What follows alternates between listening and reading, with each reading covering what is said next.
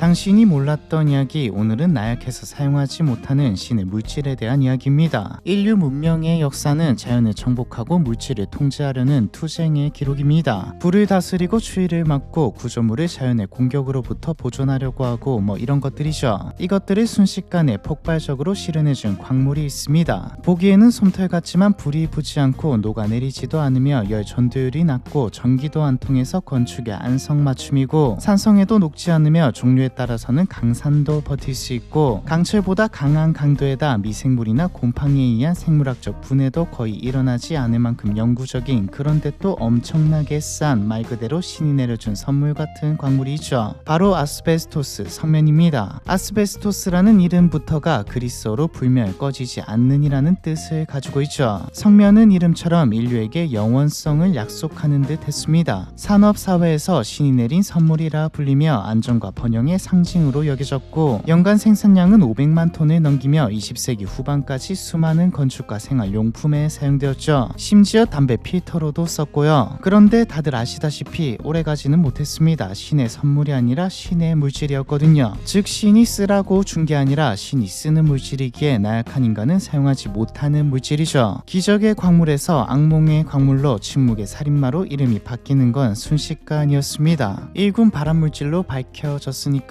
현재도 성면 노출로 전 세계에서 매년 20에서 25만 명 정도가 사망하고 있습니다. 산업재해 사망 원인의 1위이고 2040년 이후로 성면으로 인해 피해를 입거나 사망하는 사람이 최고조에 이를 것이라 추정되고 있죠. 그럼 성면이 어떻게 인류에게 발견돼 쓰였는지, 왜 아직도 수많은 사람들이 사망하고 있는지, 신의 선물에서부터 침묵의 살인자가 되기까지 과정을 같이 한번 보죠. 성면과의 인연은 기원 전으로까지 갑니다. 핀란드에서 기원 전 2500년경에 만들어진 토기에도 성면 섬유가 포함되어 있었죠. 고대 이집트에서는 파라오의 시신을 성면천으로 감싸기도 했고요. 고대 그리스인들은 앞서 말했듯 불멸이라는 뜻의 아스베스토스라 불렀습니다. 고대 그리스의 역사가 헤로도토스는 왕의 장례식 때 성면으로 짠 천으로 시신을 싸서 화장했다는 기록을 남기기도 했고, 그리스인들은 성면을 이용해서 램프 심지를 만들기도 했죠. 로마인들은 더러워지지 않는이라는 뜻의 아미안투스라고 불렀습니다. 로마 제국의 정치인이자 작가, 박물학자였던 박물지의 저자로 유명한 가이우스 플리니우스는 성면천을 진주보다 비싸다고 기록해 놓기도 했죠. 흥미로운 점은 성면 광산에서 일하는 노예들이 폐 질병으로 젊은 나이에 죽는다는 기록까지 남겼다는 겁니다. 통계도 따로 없었던 시절인데 눈에 보일 정도로 유의미하게 성면이 건강에 치명적인 영향을 끼쳤다는 말이죠. 중세시대에는 대규모 채굴이 힘들어지면서 성면의 상업적 사용은 오히려 줄었지만 여전히 여러 문헌에서 등장합니다. 약간 뭐랄까 게임에서 레어템 포지션 정도였죠. 권력과 신비를 과시하는 도구였습니다. 당시 사람들은 이게 광물이 아니라 불 속에 산다는 전설의 도마뱀 셀러맨더의 가죽이라고 믿기도 했죠. 프랑크 왕국의 샤르마뉴 대제는 연회가 끝나고 더러워진 식탁볼을 벽난로에 던져서 깨끗하게 만들어 꺼내는 퍼포먼스를 했는데, 이걸 본 손님들은 샤르마뉴를 초능력을 쓸 수 있는 사람이라고 생각했죠. 예루살렘을 찾은 순례자들에게 성면으로 짠 천을 불에 타지 않는 성 십자가의 조각이라 파는 사기꾼들도 있었습니다. 이처럼 이때까지만 해도 성면은 워낙 가공도 어렵고 귀한 것이었기에 있긴 했지만 널리 사용되지는 않는 것이었죠. 성면이 산업에서 전 세계적으로 각광받기 시작한 건 모두가 예상하셨듯 산업혁명 이후입니다. 18세기 후반 산업혁명이 일어나자 가장 많이 바뀐 것 중 하나가 일하는 환경입니다. 고온의 증기와 불을 다루는 일이 많아졌죠. 사람뿐만이 아닙니다. 고온과 고압을 버틸 수 있는 공장도 필요했죠. 공장에서 쓰는 물건들도 고온과 고압을 버틸 수 있어야 했고요. 불이라도 나는 날에는 이때까지 일군 모든 게 날아가니까요. 누가 봐도 완벽한 해답은 성면이었죠. 영국에서는 1850년대에 이미 이탈리아에서 성면을 가져와 성면으로 종이를 비롯해 이것저것 만들려는 시도를 해봤습니다. 파리 소방관들이 성면으로 제작된 재킷과 헬멧을 사용하기도 했고요. 하지만 산업에까지는 퍼지지 못했는데 시장 형성이 제대로 안 되었기 때문이죠. 수요는 있었지만 공급이 너무 불안정했습니다. 그런데 1870년대 공급이 해결됩니다. 캐나다 퀘벡주 테트포드 광산에서 대규모 성면 광맥이 발견되었거든요. 1876년 세계 최초의 상업적 성면 광산이 문을 열었고 79년에는 철도가 들어오면서 운송까지 해결됐습니다. 캐나다 외에도 러시아에서도 남아공에서도 대규모 성면 광맥이 발견되면서 성면은 전 세계로 뻗어나가기 시작했죠. 사업가들에게 성면은 말 그대로 신의 선물이었습니다. 앞서 말했듯 성면은 산업이 필요로 하는 거의 모든 특성을 갖추고 있었던 데다 싸고 이것저것 조금만 섞으면 쓰임새도 무궁무진해졌거든요. 시멘트와 섞어서 건축 자재로 쓰는 건 물론 지붕재, 외벽재, 바닥재, 천장 타입, 파이프, 단열재, 전선, 피복 등 수천 가지 제품의 성면이 들어갔습니다. 그렇게 20세기 성면은 대황금기를 맞이하죠. 특히 1차 세계대전과 2차 세계대전 군수산업과 중공업이 떠오르면서 성면 수요는 말 그대로 폭발했습니다. 선박의 보일러와 증기 기관은 물론 탱크에도 들어갔죠. 전후 도시 재건에서도 성면은 건축 자재로 안 들어가는 곳이 없었습니다. 당시 영국 주택의 절반 이상은 성면 건축 자재가 쓰였고 가정용 다리미나 오븐부터 시작해 헤어드라이어, 토스터기까지 자동차 브레이크 패드와 클러치 디스크에도 마찰재로 성면이 들어갔죠. 하지만 노동자들에게 성면은 신의 저주였습니다. 성면에 노출된 노동자들은 왜 병에 걸린지도 모른 채 죽어나갔죠. 사실 20세기 초반부터 성면이 위험하다는 말은 이미 나오기 시작했습니다. 성면흑해는 광부들과 공장에서 성면을 방직하던 노동자들에게서 정체불명의 폐질환이 발견되기 시작했거든요. 의사였던 몬테규 머레이는 1899년 논문에서 성면 먼지로 인해 노동자들에게 폐질환이 생길 수 있다라고 언급했는데 이 논문이 성면의 유해성을 말한 최초의 의학 문헌이죠. 결정적으로 1924년 영국 로치데일의 터너 브라더스 성면 공장에서 일하던 여성 노동자 넬리 커쇼가 사망하면서 성면의 위험성이 확인됩니다. 윌리엄 쿡 박사가 넬리의 사망 이후 부검을 하다가 폐가 산소가 공급이 되지 않을 정도로 딱딱하게 굳어있는 것을 발견했거든요. 더 자세하게 조사해보니 폐 조직 곳곳에서 날카로운 모양의 광물 입자가 발견됐습니다. 이게 원인이라 생각한 윌리엄 쿡 박사는 공장으로부터 성면 샘플을 받아 대조해봤죠. 의심할 여지 없이 커쇼의 폐에서 발견된 날카로운 광물 입자는 성면이었습니다. 1927년 쿡 박사는 지금도 쓰이는 이름인 성면 폐증이라는 이름을 붙여 의학 저널에 보고했죠. 영국 의회는 1927년 성면 폐증이라는 용어를 공식적으로 인정하고 직업병으로 분류했습니다. 조사도 했는데 1930년 의회에 제출된 성면 노동자의 폐질환 발생에 관한 조사 보고서를 보면 20년 이상 성면 작업에 종사한 노동자의 66%가 성면 폐증에 걸려 있었다고 결론 지어놓았죠. 이로써 성면과 폐질환 간의 인과관계는 의심의 여지 없이 명백해졌습니다. 1931년 영국은 세계 최초로 성면 규제법을 제정했고 1940년대부터는 다른 국가에서도 비슷한 규제가 실시되었죠. 그런데 앞서 봤듯 성면은 20세기 후반까지도 널리 쓰였습니다. 일단 이 규제라는 게 그냥 뭐 환기장치 설치 의무와 분진 억제 조치 이런 것들이기도 했고 무엇보다 성면을 대체할 게 없었거든요. 지금이야 이런 게 나오면 SNS와 유튜브로 일반인들에게도 빠르게 알려졌겠지만 뉴스에 대문짝하게 기사라도 나지 않는 이상 일반인들이 알기는 어려웠습니다. 의학저널을 들여다볼 일은 사실 지금도 관심이 있는 게 아니라면 없죠. 봐도 무슨 말인지 알기 어렵고요. 이미 엄청난 돈을 번 성면 기업들은 돈으로 압력으로 대중에게 성면의 위험성이 알려지는 걸 막았습니다. 그렇게 성면은 침묵의 살인자로서 수많은 사람들을 죽음에 몰아넣었죠. 쭉 나왔듯 성면이 안 쓰인 곳이 없었기에 피해자는 모두였고요. 그러다 1964년 미국의 직업병 전문의 어빈 셀리코프 박사가 성면 노출자들에게서 중피종 흉마감이 다발한다는 것을 입증하면서 성면의 규제와 금지화가 빠르게 진행되기 시작했습니다. 각국에서 성면과 폐암, 중피종에 관한 연구가 이루어졌고 국제암연구소는 성면을 1군 발암물질로 분류하기에 이르렀죠. 그런데 사실 이후로도 계속 많이 쓰였습니다. 경제적 이해관계가 너무 컸거든요. 선뜻 전부 다 규제에 아예 쓰지 말아라고 하기에는 너무 큰 산업군이었습니다. 성면 기업들은 학계나 정부는 위험성을 알았지만 또 사람들은 잘 몰랐기에 규제되지 않은 곳에서 계속 쓰였죠. 그런데 1970년대 후반 성면의 위험성이 사람들에게도 알려지게 됩니다. 썸너 심슨 문서 사건이 터졌거든요. 미국 최대 성면 기업인 레이베스토스 매너튼의 사장 썸너 심슨과 존 스맨빌의 법무부장 밴디버 브라운 사이에 오간 비밀 편지들이 공개된 건데 내용이 충격적이죠. 요약하면 이런 내용들입니다. 우리의 이익을 위해서는 성면 폐증에 대해 최소한의 홍보만 이루어지는 게 최선이다. 잡지나 언론에 성면과 폐 질환 관련 기사를 실지 못하게 하자. 노동자들에게 이런 게 있다고 알리지도 말고 병에 걸렸다고 해도 말해주지 마라. 그들이 죽을 때까지 일하게 놔두는 게 돈을 아끼는 길이다. 썸너 심슨 문서는 성면업계가 성면이 건강에 좋지 않다는 것을 몰랐다는 주장을 완벽하게 반박했고 수천 건의 소송에 휘말리게 되었죠. 세계 최대 성면 기업이었던 존스 맨빌사는 감당할 수 없는 소송 비용과 배상금으로 파산했고요. 학계에도 민간에도 정계에도 성면의 위험성이 다 알려졌지만 또 규제는 그렇게 빠르지 않았습니다. 앞서 말했듯 경제적 이해관계가 한계가 너무 컸기 때문이죠. 부분적인 규제는 빠르게 나왔지만 전면 규제는 90년대가 되어서야 대부분 국가에서 시행되었습니다. 2005년에 이르러서야 유럽 전체에서 성면이 퇴출되었고요. 한국은 2009년에 전면 금지되었죠. 참고로 미국은 현재까지도 전면 금지 국가가 아닙니다. 1989년 환경보호청 EPA가 전면 금지 규칙을 발표했는데 성면업계가 소송에서 이겨버렸거든요. 어찌되었든 현재 선진국이라 불릴만한 국가들, 좀 산다는 국가들에서는 성면이 전면적으로 금지되었고, 세계보건기구도 성면으로 인한 질병의 최선의 예방법은 모든 형태의 성면 사용을 중지하는 것이라고 선언하면서 성면의 시대는 저물어 가는 것처럼 보여지죠. 현재 WHO 회원국 50여 개국이 전면 금지했고, 미국처럼 전면 금지는 아니지만 규제를 강하게 하고 있는 국가까지 합치면 60개국에 이르니까요. 그런데 왜 아직도 성면으로 인한 피해가 많다고 하고 있고 40년 이후로 피해 규모가 최고조에 이를 것이라 보고 있는 걸까요? 가장 큰 이유는 잠복 기간 때문입니다. 성면 관련 질환의 잠복기는 15년에서 40년 정도 됩니다. 성면이 전면 금지되지 않았던 시절 성면에 노출되었던 사람들에게서 성면 관련 질환들이 이제 발병하기 시작하는 거죠. 그리고 많은 국가에서 금지했다 뿐이지 여전히 성면은 널리 쓰이고 있습니다. 인구로 따지면 세계 인구의 70% 이상은 여전히 성면 사용을 금지하지 않은 국가에서 살고 있죠. 러시아, 중국, 인도, 브라질은 지금도 성면을 생산하고 사용하고 있거든요. 성면의 역사는 탐욕과 무지함으로 칠해져 있는 지금도 진행 중인 악몽입니다. 교훈을 얻었다기에는 얻은 교훈과 비교해 너무 많은 대가를 치룬, 지금도 치르고 있는 역사죠. 쓰다가 생각났는데 제가 학생 때 방학마다 학교에서 성면 제거한다고 했던 게 기억납니다. 제거하기 전에 분명히 몇 개 부서져 있고 거기 안에 뜯고 담배 숨겨놓은 애들도 있었던 게 기억나네요. 90년대는 성면 슬레이트에 삼겹살도 구워 먹었죠. 나약해서 사용하지 못하는 신의 물질 성면에 대한 이야기, 이번 편은 여기까지입니다.